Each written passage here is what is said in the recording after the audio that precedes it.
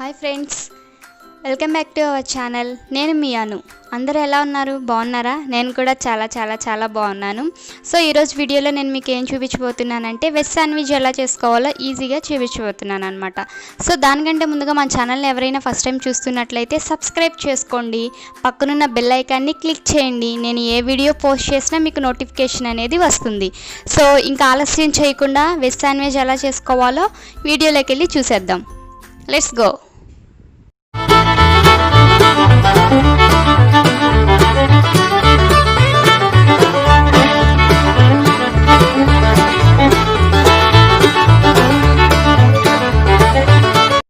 చేసుకోవడానికి కావాల్సిన పదార్థాలు నేను 4 బ్రెడ్ స్లైసెస్ని తీసుకున్నానండి. సో 3 పచ్చిమిర్చిని ఇలా సన్నగా పీసెస్లా కట్ చేసుకొని ఒక గిన్నెలో పెట్టుకున్నాను.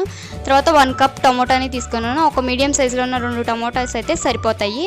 1 కప్ని ఆనియన్స్ కట్ చేసి బౌల్లో తీసుకున్నాను. అలాగే 1 కప్పు క్యారెట్ తరుగుని కూడా నేను బౌల్లో తీసుకున్నాను. 1 కప్ కొత్తిమీర, పుదీనా ఈ 2 చిన్న పీసెస్గా కట్ చేసుకొని ఒక బౌల్లోకి నేను యాడ్ చేసుకున్నాను. ఒక చిన్న మీడియం సైజులో ఉన్న లెమన్ అయితే సరిపోతుంది. ఇలా నిమ్మకాయని కూడా నేను ఒకటిని తీసుకున్నాను. సో మనకి శాండ్విచ్ చేసుకోవడానికి కావాల్సిన పదార్థాలు అయితే ఇవి. సో శాండ్విచ్ ఎలా తయారు చేసుకోవాలో ఇప్పుడు చూసేద్దాము. ముందుగా నేను దీనికోసం ఒక బౌల్ తీసుకున్నాను.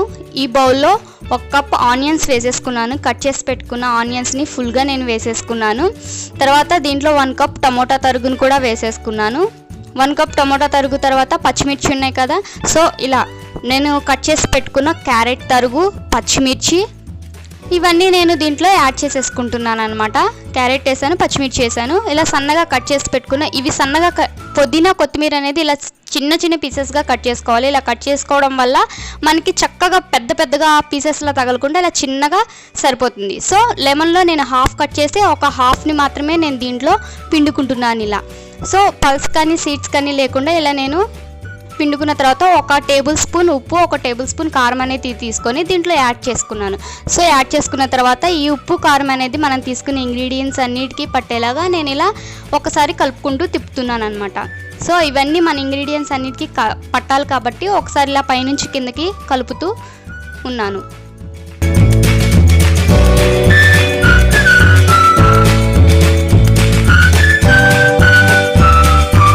కలిపిన తర్వాత ఒక బ్రెడ్ తీసుకున్నానండి. పక్కన బ్రౌన్ కలర్లో ఉన్న వాటిని నేను చిన్నగా కట్ చేసేసుకున్నాను.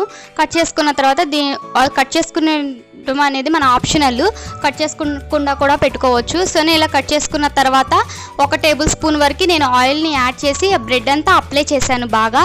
సో బ్రెడ్ అంతా అప్లై చేసిన తర్వాత మనం పక్కన పెట్టుకున్నాం కదా ఆనియన్స్ మిక్చరు, ఆనియన్స్, క్యారెట్ ఇలా మనం పక్కన పెట్టుకునే ఈ ఇంగ్రీడియంట్స్ మొత్తాన్ని నేను ఒక టేబుల్ స్పూన్ కంప్లీట్గా 1 టేబుల్ స్పూన్ అనేది ఈ బ్రెడ్ మీద అప్లై చేశాను ఇలా బ్రెడ్ అంతా.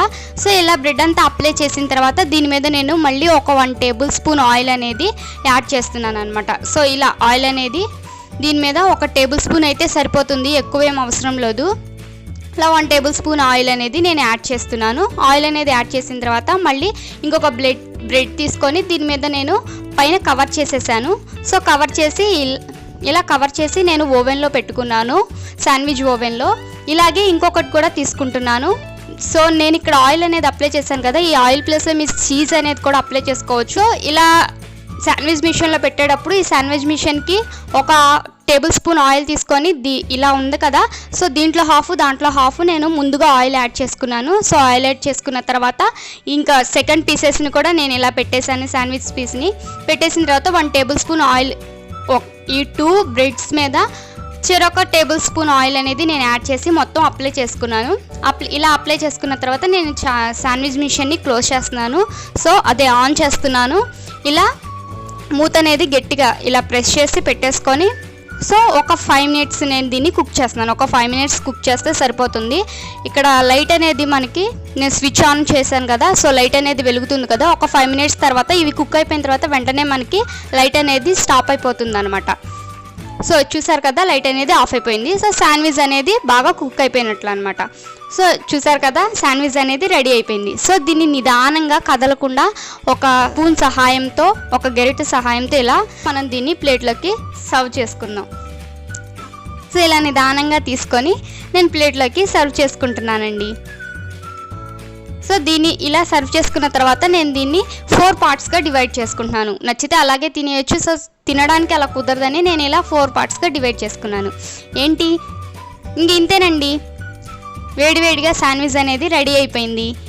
సో ఇది అలాగే తినేయచ్చండి, దీనికి సాస్ కూడా అవసరం లేదు. ఎందుకంటే దీంట్లో మనం వేసిన ఇంగ్రీడియంట్స్ అన్నీ చాలా క్రిస్పీగా తగులుతాయి అనమాట. ఉప్పుగా, తీయగా, కారంగా చాలా టేస్టీగా తగులుతాయి అనమాట. సో మీరు కూడా ట్రై చేయండి. ఇంక ఇంతే, శాండ్విచ్ చేయడం చాలా ఈజీ. మీరు కూడా ట్రై చేసి మీకు ఎలా వచ్చిందో నాకు కామెంట్ బాక్స్లో కామెంట్ చేయండి. సబ్స్క్రైబ్ చేసుకోవడం మాత్రం మర్చిపోకండి. మీ ఫ్రెండ్స్ అందరికీ షేర్ చేయండి. Thank you.